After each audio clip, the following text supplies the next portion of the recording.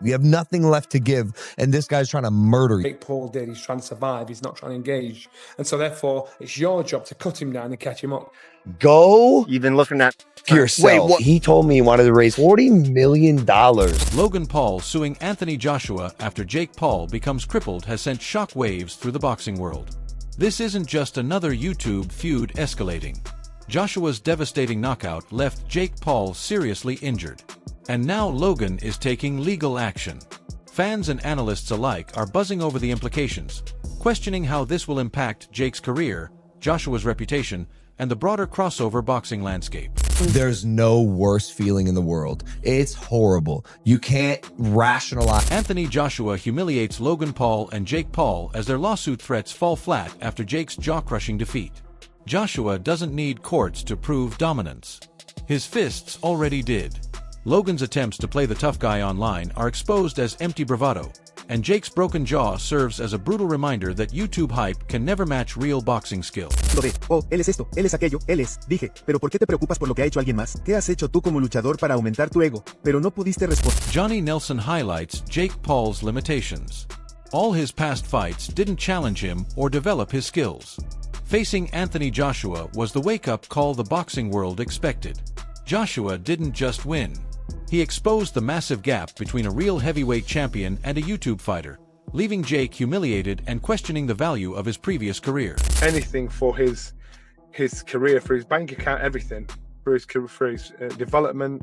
I don't think he did anything for his development because he didn't have somebody in front of him that wanted to test his development. Duke McKenzie exposes Logan Paul for his pathetic attempt at boxing. Everyone saw he was completely outclassed, and his antics didn't help.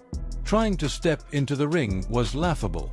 Logan's stunt-like behavior is exactly why the boxing world sees him as a YouTube clown. A cootie wall move with zero respect for real fighters. And everybody knows he's not a real boxer.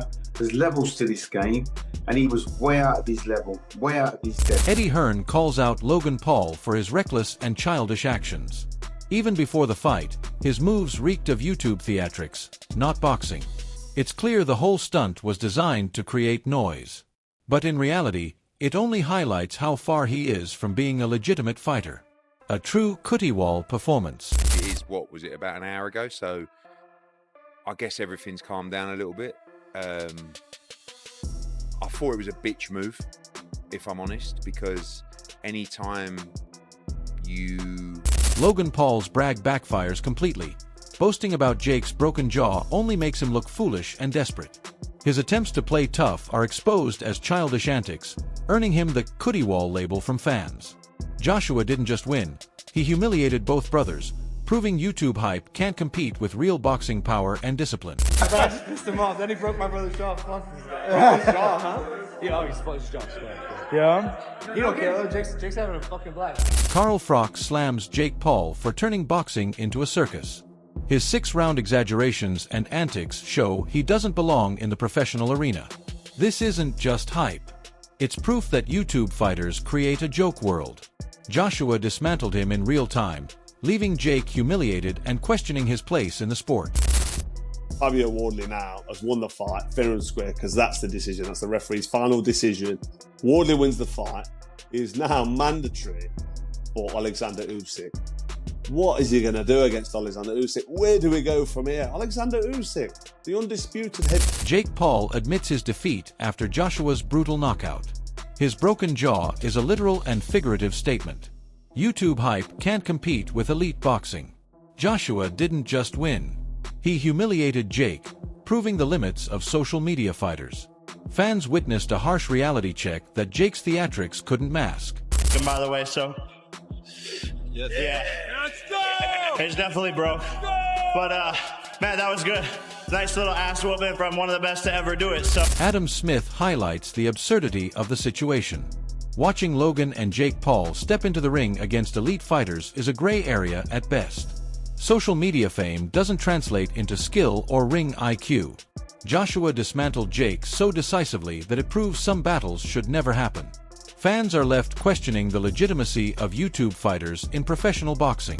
It just shouldn't happen. But we don't know. As with all these things, there's always a grey area, isn't there? But Anthony Nelson emphasizes the reality check Jake Paul received. Joshua didn't just win. He humiliated Jake by proving the massive skill gap. Jake's own admission, "I was shattered," shows how unprepared he was. This fight exposed the limits of YouTube boxing and reminded fans why real training, discipline, and experience are what separate champions from internet personalities. You've got to make this kid have a reality check. And that's what he actually did, because Jake Paul himself said, "I was shattered. You know, this guy, everything I thought I could do." Simon Jordan breaks down the broader picture. While Jake Paul continues to generate content and hype, Joshua proved the stark difference between showmanship and skill. Everyone except Jake and Logan learned a hard lesson. This fight wasn't just entertainment. It exposed the truth about YouTube fighters and reinforced why Anthony Joshua remains a top-tier heavyweight in every meaningful sense. Boxer. Netflix have got some wonderful content, and Jake Paul runs around doing what Jake Paul does. So everybody wins, and only the people that don't win are the people that go, "Well, look at," and even the people that think Anthony Joshua is a busted flush now go, "Well, that proves that." The analyst observes Jake Paul's defensive strategy. He spent more time running and grappling than actually fighting. Joshua's dominance forced Jake into survival mode, constantly retreating and relying on desperate moves. This fight highlighted the massive gap in experience and power. Fans saw a complete mismatch with Jake humiliated in front of millions, proving YouTube fighters can't compete at this level. Just run. But generally, the game plan was to run a lot, hold whenever he had to. He dropped his knees for a fucking takedown there quite a lot. Just run. But generally, the game plan was to run a lot and hold whenever he had to. He dropped to his knees for takedown quite a lot. Duke McKenzie doesn't hold back. Joshua's performance wasn't just a win. It was a brutal lesson for Jake Paul. That broken jaw symbolizes the gap between internet fame and real boxing skill. Logan Paul can only watch helplessly while his brother lies humbled. The Paul brothers were made to look like amateurs, exposed in front of millions. And it's clear that trying to compete with a world-class heavyweight was pure delusion. Joshua delivered a masterclass, proving why hype alone cannot replace preparation, experience, and raw power. I think Joshua did that to him, because now he won't be able to talk like he does for a while. He won't. Chell Shannon is spot on. Joshua versus Paul was an absolute sporting mismatch. This wasn't just about betting odds. It was a fight that showcased the huge gap between hype and reality. Jake Paul's skill and experience were no match for Anthony Joshua. Fans watched a world-class heavyweight completely dominate a YouTube fighter who was just trying to survive. Some people believed it might be scripted, that it was entertainment. But the truth was brutally clear. This was real boxing. Joshua's size, power, and precision made the gap obvious with every punch. Every jab and every combination reminded the audience why Joshua is at the top of the division. This fight wasn't just a win. It was a statement, a reminder that elite-level boxing and internet fame exist in completely different worlds. For Jake Paul, this was a harsh lesson. And for fans, it was both shocking and mesmerizing. Joshua versus Paul, this is silly. This is the sporting mismatch of my lifetime. The odds don't reflect that. There's a big gap, but it's not the most mismatched betting line in the history of sports. And the reason for that is not because there's a secret underground belief in Jake Paul's boxing. It's because there's a segment of the public that believes that this is a work, that this is scripted, that this is entertainment, that this is wrestling. I'm very confident those people are wrong. I'm just sharing with you that that is why you don't have 20,000 to 1 odds, which is what this match truly is. Duke McKenzie couldn't have summed it up better. Jake Paul simply couldn't cope with Anthony Joshua.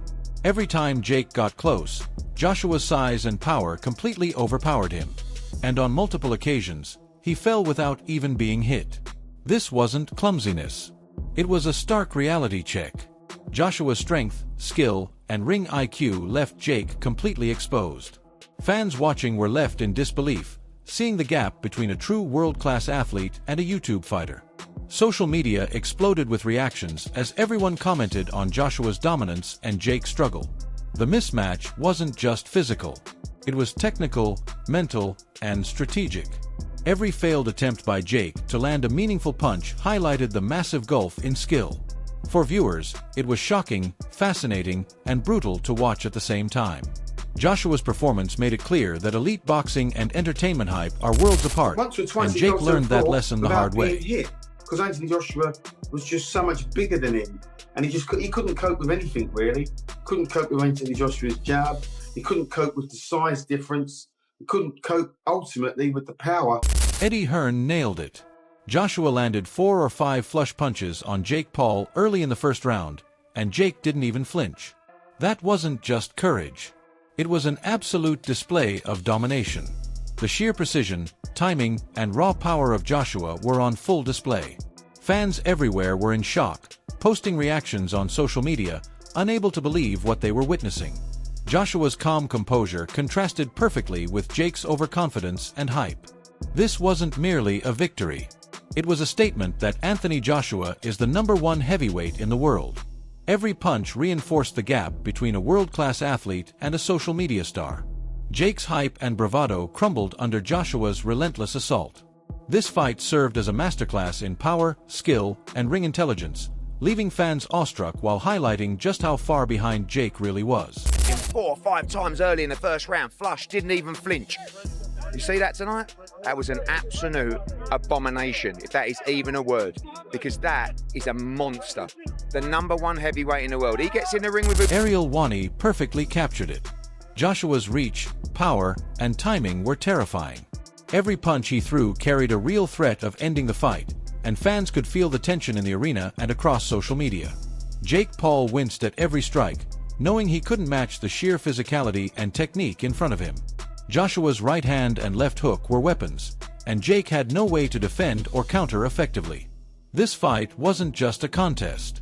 It was a brutal reminder of the difference between elite athletes and YouTube stars. Joshua's precision, speed, and dominance turned the fight into a spectacle, with fans both terrified and mesmerized. Every jab and hook reinforced why he's at the top of the heavyweight division. It was unforgettable, intense, and a harsh lesson for JakePaul, showing the world that real boxing leaves no room for hype or bravado.